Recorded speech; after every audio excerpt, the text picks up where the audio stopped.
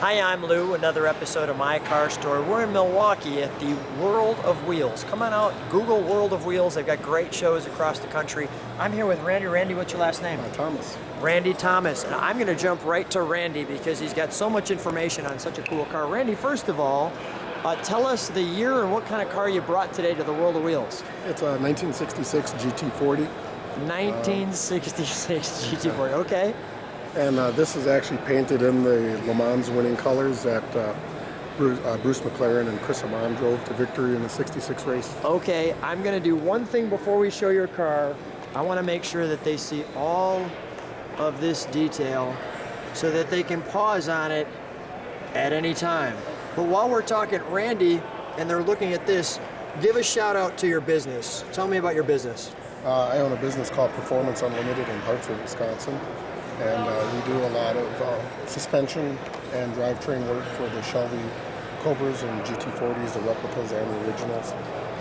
And I just want to get all of that detail so people can get the story. How long have you been doing that? Building cars like that? Oh, we've been doing it for about 30 years now. 30 years now. Since I got out of high school. Since you got out of high school. And how did you find a GT40? Well, surprisingly, I wasn't even looking for one, and it found you. It found me. It found my wallet. This one was auctioned off in 2007 at Burt Jackson. It was the Jack Rush Special 101 car, and the Denver Auto Museum bought it. Wow! And in 2010, I bought it from the Denver Auto Museum. And you bought it from the Denver Auto Museum. Come on back. So Randy, I just wanted to look at you for a second. So you've got a little speed problem. Yeah. Yeah, okay, all right. And nothing better than a 66 GT40. I mean, in 66, this race airplane wing is amazing. And this is not the kit car. So for people who are thinking that, or maybe they think that, you were sharing with me, sometimes you actually drive this out to the Menards or something. Oh yeah. And when you drive it to the Menards, what's the reaction? Well, people like it because primarily they don't know what it is. They think it's a VW kit car until I start it up. And then they know something else happened. The only bad part is with the doors open up so far is that if someone parks next to you, you can't get in your car, so you got to wait for them to come back. Oh yeah, holy cow. Let's take a look at this, and that is low to the ground. And you were sharing with me, it's actually about 38 inches, you said? Yeah, to the roof line. To the roof line. Let's open up the front area here. This is not the engine compartment, but there's some cool toys in here. Yeah, this is where all the mechanics are, the steering, the oil coolers, radiator. And actually, that bulkhead there is where your feet are, so if you get into the front end crash, pretty much that's it. That bolt there is where your feet are at. How tall are you? About 6'1". 6'1". And, all right, we'll close that for the moment. I want to just show there's a little bubble there on the hood, or on the door. The gurney bubble. The gurney bubble for your helmet. Dan Gurney was a big guy back in Le Mans. He couldn't fit in there. Mm-hmm. And so he made it fit. Wow. Let me get an overall shot of the side of the car in just a second. I want people to get a flavor for that shape. Right there. Okay. Let me get a back of the car shot while I'm here.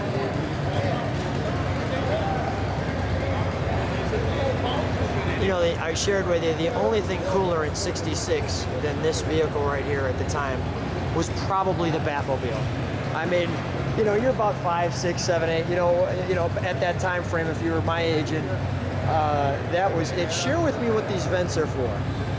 The Mark II was actually the second car that they built. The first one, they couldn't get the run right, so they put all the scoops on there for cooling. These cool the brakes. Then there's a transmission cooler. These vents here have an upper and lower. This is the brakes? Yeah, these are the brakes. This is what? That cools the exhaust. Exhaust, okay. So it doesn't burn the hatch and the paint off, okay. This is for the air intake. Yeah. And this goes to the transmission, and this goes to the engine arm cooler. Got it. Okay, so let's open the door. We'll start there. And you shared with me no door locks. No.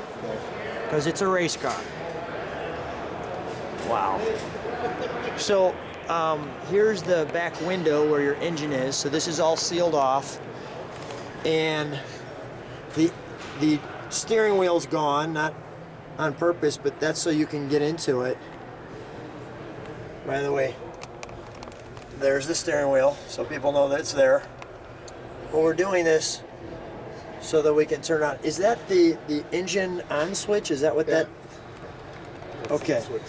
Let's take a look at the engine compartment.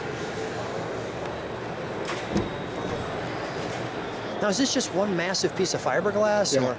Okay. Well, these cars, they never really stopped production. And Ford Advanced Vehicles produced them for a little while, and then Sapphire out of Ohio also produced them. And then this car is the continuation of that. That's produced by High Tech, who actually builds the Superformance cars. Okay, and you were sharing with me about the frame. Tell me about that. Yeah, that's a monocoque frame. The original cars were just basically all sheet metal, so there's just nothing there. Makes car light. It's real strong because it's structurally built as far as like a prism. Okay. And the car only weighs about 2,200 pounds. Wow. All right, let me take a look at the other side. And just so people can get all of this in. And there's your piece there. It's really cool. And what is this right here? That's the surge tank for the radiator. Okay. Because the radiator is about 1.5 feet lower than the engine. Yeah. There's no way to fill it. Okay. So this way, that's the high point. Okay. They put everything everywhere. For instance, this is where the battery is. Oh, wow. It's actually inside the body. All right. And great. Probably the scariest thing that a lot of people don't realize is on either side are the fuel fillers. And for Le Mans racing, you can fill it both at the same time. Okay. This is the gas tank. Ah, that's good to know. So you're sitting in between two 11-gallon gas tanks. Well, you better make sure we don't crash. Yes. That's the case. All right. All right. Let's let me follow you. Let's start it up for just a moment. I want to see how we start our GT40. And we're putting that kind of halfway down.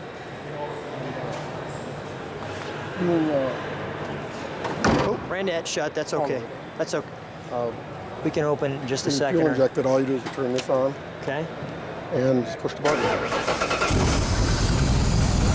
Let me hear a little exhaust.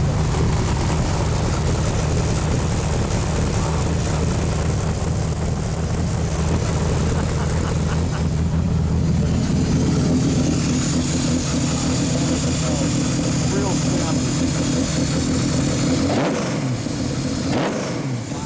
All right, let's shut that down. Wow. Wow. Okay, let's put this bad boy away. That is great. Man. It's about, Randy, stand right next to it. It's about 700 horse, so it's 700 horse. Holy cow. pretty low. Randy, thanks so much for being on My Sure. Car Story and showing us your great car. You bet. Thank you.